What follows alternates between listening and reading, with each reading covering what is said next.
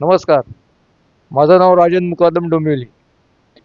कल्याण डोंबिवली महानगरपालिका यांच्या ज्या निवडणुका होत आहेत, त्यातील 20 उमेदवार बिनविरोध निवडून आले म्हणून हीच लोक स्वतः घोषित करतायत. हे पूर्णतः चुकीचं आहे. हा जो प्रकार आहे हा कार्टेलिंगचा चालू आहे. म्हणजे 350 उमेदवार यांना पटवायचं, त्यांना बाद ठेक करायचं आणि आपण निवडणूक लढवायची आणि घोषित करायचं मी जिंकलो म्हणून. हे पूर्णतः चुकीचं आहे.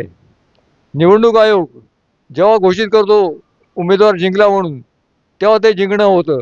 अदरवाईज ते गुन्हा ठरू शकतो. कार्टेलिंग हा 2002 साली केंद्र सरकारने कायदा पास करून गुन्हा केलाय. जिकडे जिकडे कॉम्पिटिशन बाद केली जाते तिकडे तिकडे कार्टेलिंग हा गुन्हा लागू होतो. कार्टेलिंग हा सिव्हिल ऑफेन्स आहे. निवडणुका जेव्हा पूर्ण होतील तेव्हा हायकोर्टाच्या समोर आम्ही निदर्श आणून देऊ. It is a civil offence. याच्याखाली तुम्ही गुन्हे दाखल करा. कार्टेलिंगमध्ये सिव्हिल ऑफेन्सला 3 वर्षाची शिक्षा आहे.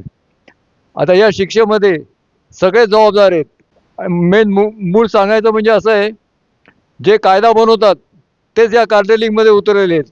म्हणजे law maker itself is indulging in offence.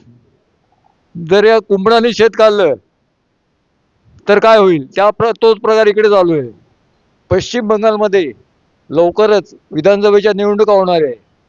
या निवडणुकामध्ये ममता बॅनर्जीने हाच फॉर्म्युला वापरला तर ते भाजपला चालणार आहे का? भाजपने विचार करावा.